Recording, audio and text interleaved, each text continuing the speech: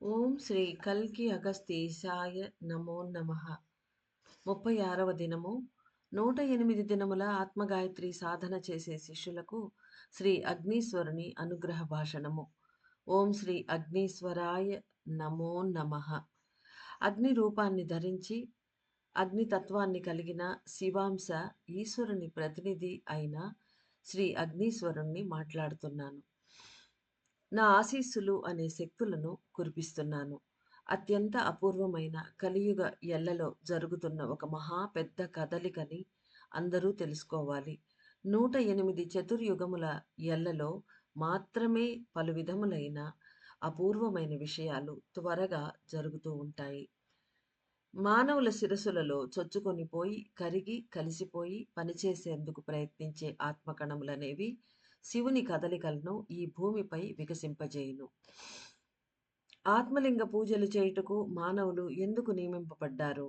అగస్త్యుల వారు మానవులకు తమ ఆత్మకణమును అందించి, ఆత్మలింగ రూపములతో తమని కలిపివేసుకొని పూజించుకోవాలి అని తెలియజేశారు. దీనిలోని మర్మమేమిటి తెలుసుకోవాలి. శివ శాసనం ఈ భూమిపై నెలకొనాలి అంటే మానవులే సహాయపడాలి. ఏ సమయంలో మానవుల శిరస్సులలో విడిపడిన ఆత్మకణములు మరలా కరిగి కలిసిపోయి పనిచేయుటకు ప్రారంభం చేస్తున్నవో ఆ సమయం మొదలుకొని సత్యయుగానికి అంకురార్పణ జరిగి మానవులు శివరూపాన్ని ధరించి ఆత్మశక్తులతో పనిచేయటానికి ప్రయత్నిస్తారు. శ్రీచక్ర ధ్యాన సాధన చేసే మానవ ఆత్మలు తమ శిరస్సులో జరిగే మార్పులను తెలుసుకొని స్వీకరించాలి. ప్రతి ఒక్క ఆత్మకణము అత్యంత ఉన్నతమైన శక్తులు కలిగినవి. వాటి కదలిక అనేది భిన్నమైనది. శ్రీ అగ్నీశ్వరుడు అనే ఆత్మకణము జీవాణువుకు సరిసమమైన శక్తులను కలిగినది. అగ్నీశ్వరుడు అనే శివాంశ బంధించేందుకు వీలు కాని అణుబీజము. ప్రాణానికి శక్తులు అందించుటయే నా ఉన్నతమైన పనిగా అమరి ఉన్నది. అది ఎలా అన్నది తెలియజేస్తాను. ఒక జీవాణువు ఆకాశ మూలకాలను ఉష్ణ మూలకాలుగా, ఇతర మూలకాలుగాను రూపొందించుటకు కావలసిన ఉన్నతమైన అగ్నిని నేను అందిస్తున్నాను. అంటే జీవాణువు మొట్టమొదట ఆకాశ మూలకాలనే తీసుకొని వాటిని మిగతా 4గా మార్చి అంటే ఆకాశంలోంచి వాయువు, వాయువులోంచి అగ్ని అని మనం విన్నాం గదా! ఉపనిషత్తుల్లో చెప్తూ ఉంటారు. ఆ విధంగా ఒక దాంట్లోంచి ఒకటి పుట్టింది అని చెప్తున్నారంటే, అదే ఆర్డర్‌లో జీవాణువు అలా తీసుకొని పంచభూత తత్వాలుగా తయారు చేసి మన శరీరంలోకి ప్రవేశపెడుతోంది. కాబట్టి ఇక్కడ అందుకని ఈ మాట అన్నారు. ఒక జీవాణువు ఆకాశ మూలకాలను ఉష్ణ మూలకాలుగా, ఇతర మూలకాలు ఉష్ణ మూలకాలంటే అగ్నితత్వంగా, ఇతర మూలకాలుగాను మిగిలిన 3 ఆకాశం ఒకటైపోయింది, అగ్ని అయిపోయింది. ఇంకా వాయువు, నేల అంటే భూమి, జలము. ఇతర మూలకాలుగాను రూపొందించుటకు కావలసిన ఉన్నతమైన అగ్నిని నేను అందిస్తున్నానంటే, ఇక్కడ అగ్నితో ఆకాశ మూలకాలను మధించినప్పుడు మాత్రమే మిగతావి ఏర్పడతాయి అని మనం అర్థం చేసుకోవాలి ఇక్కడ. కొన్ని ఇక్కడ డైరెక్ట్‌గా చెప్పరు. కానీ ఇక్కడ మనకు కావాల్సిన జ్ఞానాన్ని ఇచ్చేస్తూ ఉంటారు. ఆ సటిల్ పాయింట్‌ని పట్టుకొని మనము మిగతావన్నీ తెలుసుకుంటూ ఉండాలి. అన్నీ వివరించి వాళ్ళు చెప్పరు. నే రూపొందించుటకు కావాల్సిన ఉన్నతమైన అగ్నిని నేను అందిస్తున్నాను. అంటే అగ్నీశ్వరుడు సహాయంతోటి జీవాణువు ఈ పనులన్నీ చేస్తూ వస్తున్నది. మనకిన్ని రోజులు తెలిసిన జ్ఞానం ఏంది? జీవాణువు అంటే ప్రాణశక్తి ఈ పనులన్నీ చేస్తోంది అని తెలుసు. కానీ దాని వెనకాల ఎంత బ్యాక్‌గ్రౌండ్ ఉందో ఇప్పుడు ఒక్కొక్క శివాంశ విడుదలయిన తర్వాత మనకు తెలుస్తోంది. అన్ని ఆత్మగర్భ బీజ గణములు అందిస్తున్న ఉన్నతమైన ఇంధనాలను నిర్మలంగా నిలిచి ఉండే జీవాణువు యథాతథంగా స్వీకరించలేదు. నిర్మలంగా అంటే ఇంతకుముందు మెసేజ్‌ల్లో మనం చెప్పుకున్నాము. అది అంతా ఖాళీ అయిపోయి స్వచ్ఛంగా ఒక ఖాళీ ప్రదేశంలాగా నిలిచిపోయి ఉంటుంది. శూన్యంలాగా జీవాణువు. అలా ఉన్న జీవాణువు యథాతథంగా ఎలా ఆహ్, ఆహ్, ఈ కాస్మిక్ పవర్స్ ఆత్మ అణువులు అందిస్తాయో, అవి యథాతథంగా తీసుకోలేదు. ఎందుకంటే అది శరీరంలో ఉన్నది. మన శరీరానికి లిమిటేషన్స్ ఉన్నాయి కాబట్టి, అక్కడ జీవాణువు కూడా మనకది అలానే తీసుకొని అందించలేదు. కావున ప్రతిరోజు సూర్యోదయానికి ముందు ప్రాణము నిర్మలంగా నిలిచి ఉండే సమయంలో, అంటే ఎప్పుడైతే అది పాదరస శక్తులను కాస్మోస్ నుంచి తీసుకోవాలనో, అంటే ఈ కాస్మోస్ నుంచి తీసుకోవడం అంటే ఏంది? కాస్మోస్ నుంచి ప్రవహించేది ఆత్మ బీజాల్లోనే. అక్కడి నుంచి ఈమె తీసుకుంటుంది. ఆ తీసుకోవడానికి ఆ టైంలో శ్రీ అగ్నీశ్వరుడైన నేనే ప్రాణాలతో కలిసిపోయి ఆత్మ అందిస్తున్న అన్ని విధములైన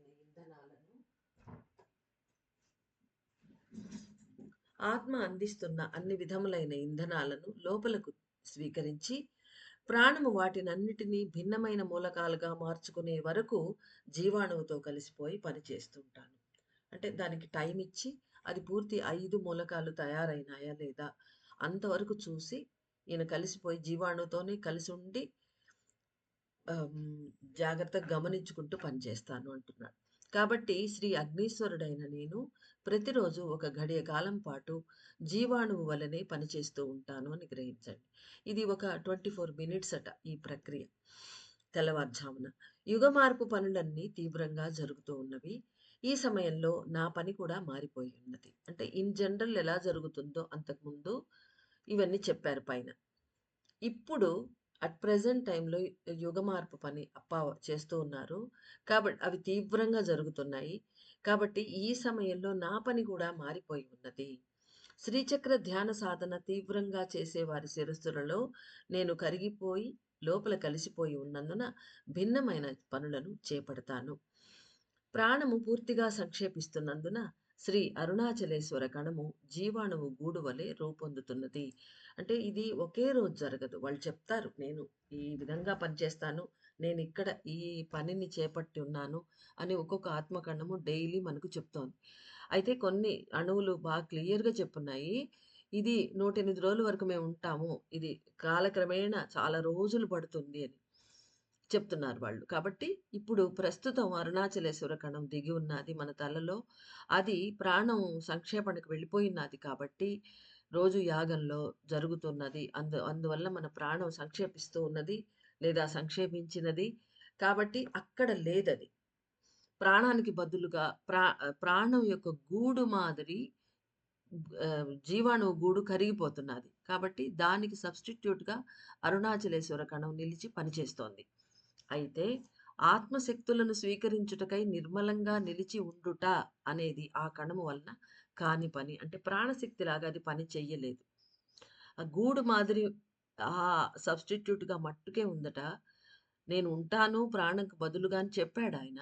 కానీ ఆ పని పూర్తిగా చేయలేదట. ఎందుకంటే నిర్మలంగా నిలిచిపోయున్న ఒక ప్రాణశక్తి చేసే అంత కెపాసిటీ ఈ జీవాణు ఈ అరుణాచలేశ్వర కణానికి లేదు అంటున్నారు స్వామి అగ్నీశ్వరుడు. అందువలన నేనే ప్రతిరోజు తెల్లవారుజామున జీవాణువుగా మారిపోయి, అంటే జీవాణువులాగా మిగతా సమయాల్లో అరుణాచలేశ్వర కణము పనిచేస్తూ ఉన్నది ప్రస్తుతానికి. తర్వాత ఏం మార్పులు జరుగుతాయో మనకు తెలీదు ప్రస్తుతానికి. అయితే ఈ పని చేయలేదు. తెల్లవారుజామున ఆ జీవాణువు నిర్మలంగా నిలిచిపోయి అన్నీ పంచిపెట్టేశాక ఖాళీ అయిపోయి అది చేసే పనులను అరుణాచలేశ్వర కణము చేయలేదు కాబట్టి, ఆ టైంలో మట్టుకు అగ్నీశ్వర కణము అక్కడ సబ్‌స్టిట్యూట్‌గా పనిచేస్తాను అంటున్నారు. అందువలన నేనే ప్రతిరోజు తెల్లవారుజామున జీవాణువుగా మారిపోయి కపాల ద్వారం వద్ద నిలిచి ఆత్మశక్తులను ఆకర్షించి పొంది అనుగ్రహిస్తాను. ఆ శక్తులను జీవాణువు గూడు వలె నిలిచి ఉన్న అరుణాచలేశ్వర కణమునకు అందిస్తాను. శ్రీ అగ్నీశ్వరుడైన నేను జీవాణువు యొక్క మరొక అవతారము అని తెలుసుకోనండి. జీవాణువుకు సరిసమమైన శుద్ధ ఉష్ణ శక్తులను నేను కలిగి ఉన్నాను. శ్రీచక్ర ధ్యాన సాధనను అర్థం చేసుకొని చేసేవారందరూ ఈ సత్యాన్ని గ్రహించండి. చాలా రహస్యమయమైన, చాలా అపురూపమైన సత్యాలు మనకు రహస్యాలను వెల్లడిస్తున్నారు. ఇవి మనం చాలా జాగ్రత్తగా అర్థం చేసుకుంటూ లోపల గ్రహించాలి. మీ శిరస్సులో నా స్థానం అనేది సహస్రార చక్రం నుండి ఆజ్ఞా చక్రం వరకే అని తెలుసుకోండి. ఇకపై రాబో కాలంలో మీ ప్రాణము శుద్ధ ఉష్ణాన్ని తీసుకొని కదులును అని తెలుసుకోనండి. అంటే ఇన్ని రోజులు ఫిల్టర్ అయ్యి మన లోపలికొస్తోంది. ఎందుకంటే మన శరీరము, ప్రాణం అన్నీ ప్రాణానికి చాలా శక్తి ఉంది. కానీ దానికి లిమిటేషన్స్ ఉన్నాయి. ఎందుకంటే అది శరీరం లోపల ఉంది. శరీరాన్ని ధరించి ఉంది గాబట్టి. కానీ ఆత్మ శరీరాన్ని ధరించినా దానికి ఇవన్నీ అంటవు. అది దైవ కాంతిని 3 కాంతులు మనకు ఇఫ్ యూ రిమెంబర్ ఆహ్, సరస్వతి ఆది మహాసరస్వతి ఇచ్చిన తిరుజ్ఞానం బుక్‌లో ఇచ్చున్నారు 3 రకాల కాంతులు. ఆ పరమాత్మ కాంతి ఏదైతే ఉందో అది ఆత్మ ఒక్కటే తీసుకోగలదు. దాన్ని మార్చి ఇస్తూ ఉంటుంది. కాబట్టి కానీ ఇకపైన శివ శాసనం స్టార్ట్ అవుతోంది. శివ అంశాలు బయటకొచ్చి శివ శాసనాన్ని స్థాపించబోతున్నాయి మొత్తం విశ్వంలో, భూమి మీద. కాబట్టి ఇప్పుడు శక్తులు భిన్నంగా అయిపోతాయి. కాబట్టి శుద్ధ ఉష్ణాన్ని అంటే డైరెక్ట్‌గా అలా ఆ ఉష్ణాన్నే తీసుకొని మన శరీరం, మన ప్రాణం కదులుతుంది. అంటే తద్వారా మన శరీరం గూడా కదులుతుంది. అంటే మనం ఉన్నతమైన స్థితికి చేరుకోబోతున్నాము. అది ఎవరు ఎంత స్వీకరిస్తారో దాన్ని బట్టి ఎంత ఉన్నతంగా మనం మన శరీరం మారిపోతుంది. మన ప్రాణం అనేది మన మీద ఆధారపడి ఉంటుంది. శరీరంలో స్వచ్ఛమైన వేడి పెరిగే కొద్దీ లెక్కలేనన్ని అవయవాలు కరిగిపోతాయి. తీవ్రమైన వేడి వల్ల అనేక నరాల ఫైబర్‌లు మరియు కండరాల వ్యవస్థలు కాలిపోతాయి. అంటే అన్నెసరీ అవన్నీ పోతాయింక అంటే దివ్యమైన శరీరం తయారవుతోంది మనకు. దీని వలన తినే ఆహారము, మాట్లాడే మాటలు మరియు చేసే పనులన్నిటిలోనూ మార్పులు వచ్చేలా చేస్తాను. అంటే ఇంక మొత్తం వాళ్ళు మార్చేస్తారు. నా కదలిక శరీరం అగ్రభాగంలోని అతి తీవ్రంగా జరుగును. అంటే శిరస్సు ఉచ్చలో అంటే మాడు అంటారు కదా! దాని కింద, పైన ఆ పక్క. ఆ ప్రాంతంలో ఆయన పనిజేస్తారు ఎక్కువగా. కాలము శిరస్సులో మార్పులు ఏర్పరిచినట్లుగానే భౌతికంగా కూడా మార్పులు చేయను. కాలం అంటే ఇప్పుడు ఈ కాలము స్పీడ్‌గా మారిపోతూ ఉన్నది. ఈ మారే కాలం మన శిరస్సులో కూడా ఇన్ని మార్పులు ఇప్పుడు వీళ్ళు ఒక్కొక్క అణువు చెప్పే మార్పులన్నీ తీసుకుంటోంది శిరస్సు. కాబట్టి అది కాలము మన శిరస్సులో మార్పులు ఏర్పరిచినట్లుగానే అంటే అంతరంగంగా, భౌతికంగా కూడా ఆ మార్పులు మనకు జరిగిపోతాయి. ఇది ఆబ్వియస్ థింగ్. తలలో తల గదా మనల్ని నడిపిచ్చేది. అక్కడ మార్పులు జరిగినప్పుడు దాని రిఫ్లెక్షన్ అనేది మన నిజ జీవితంలో ఉంటూ ఉంటుంది. ఈ భూగ్రహము అగ్నీశ్వరుడైన నా ఉష్ణ శక్తులను నేరుగా స్వీకరించి భ్రమణం చేయగలదు. అంటే భ్రమించగలదు. భూమి భ్రమించడం ఇప్పుడు అగ్నీశ్వరుడి దగ్గర నుంచి ఉష్ణ శక్తులను డైరెక్ట్‌గా స్వీకరిస్తుందట. నా కదలికలను మీరు మీ శిరస్సులో అనుభూతి చెందాలి అంటే నిర్మల తత్వాన్ని తీసుకొని స్వీకరించాలి. ప్రేమ, కరుణ పెరగాలి. నన్ను అర్థం చేసుకోవడం అత్యంత సులభం. ఎలా అంటే సూర్యోదయానికి 7:30 గడియల ముందు మీ తల అగ్రభాగాన నేను సుడులుగా తిరుగుతాను. అధిక ఉష్ణాన్ని లోపల భావనల ద్వారా తెలుసుకొని మీరు స్వీకరించగలరు. స్వీకరించగలరంటే స్వీకరించండి అని చెప్తున్నారు. శిరస్సు పైభాగాన చేయి ఉంచి గమనించినచో అగ్ని యొక్క స్వరూపాన్ని తెలుసుకోగలరు. మామూలుగా కూడా మనం మాడు పైభాగంలో మనం చేయి పెడితే అక్కడ వేడిగా ఉంటుంది. ఎందుకంటే ఈ మొత్తం శక్తుల రాకపోకలు అది ఎంట్రన్స్ అది ఫుల్లుగా బ్రహ్మరంధ్రం. అక్కడే అన్నీ జరుగుతూ ఉంటాయి. అందుకనే దాన్ని చల్లబరిచేదానికి మనకు నూనె అంటుకోవడాలు ఇత్యాది అన్ని కార్యక్రమాలు మనకున్నాయి మన నిజ జీవితంలో. Which we forgot completely. That is different. అయితే ఇప్పుడు ఈయన అగ్ని సుడులుగా తను తిరుగుతాడట. ఎందుకంటే ఇక్కడ ఆయన పని చేస్తున్నాడు. విచ్ ఈస్ శుద్ధ ఉష్ణం. అందువల్ల అక్కడ మనం చేయి పెడితే మనకు తెలుసుకోవచ్చు ఆ అగ్ని యొక్క తత్వాన్ని. శిరస్సు అగ్రభాగాన మాత్రమే శిరస్సు అగ్రభాగము మాత్రమే ఉష్ణముచే నిండి ఉండును. లైట్ బ్రిడ్జిపై నిలిచి ఉండే అనేక కణముల శక్తులను శుద్ధ ఉష్ణ శక్తులుగా లోపలకు తీసుకొని శిరస్సు మరియు దేహమంతయు శక్తులను నేను కురిపిస్తాను. నా కదలిక అనేది శుద్ధ ఇంధనములను తీసుకొని లోపల ప్రవేశపెట్టుటయే. పూర్ణత్వం పొందిన నా అణువు కదలిక అనేది ఎవరు పూర్తిగా తెలుసుకోలేరు. నన్ను కరిగిపోయి తీవ్రంగా ప్రార్థించి తెలుసుకొనుటకు ప్రయత్నించే వారికి నేను నా కరుణ అనే శక్తులను తెలుసుకొనుటకు మార్గాన్ని చూపిస్తాను. అగ్నీశ్వరుడు అనే ఆత్మకణము కరిగి రక్తంలో ఎప్పుడూ కలియ వీలు కాదు. అందువల్ల దేవతల సంక్షేపణ నన్ను స్పృశించగలుగుటలేదు. అంటే దేవతలందరూ అమ్మలు సంక్షేపిస్తున్నారు. వాళ్ళ ఉష్ణశక్తి అన్ని ఆత్మకణాల మీదకు ప్రసరించినట్టుగానే ఈయన మీద కూడా ప్రసరిస్తుంది. అయితే అది స్పృశించగలగలేదది. ఎందుకంటే ఈయన రక్తంలో కరగను వీలు కాదట. ఎప్పుడూ కలవలేదట. ఎప్పుడు అంటే ఇంతవరకు ఏ రోజు అగ్నీశ్వర ఆత్మకణం కరిగి రక్తంలో కలవడం అనేది మానవ శరీరంలో జరగలేదట. కాబట్టి అది వీలు కాదు కాబట్టి దేవతల సంక్షేపణ కూడా ఈయనను స్పృశించగలుగుటలేదు.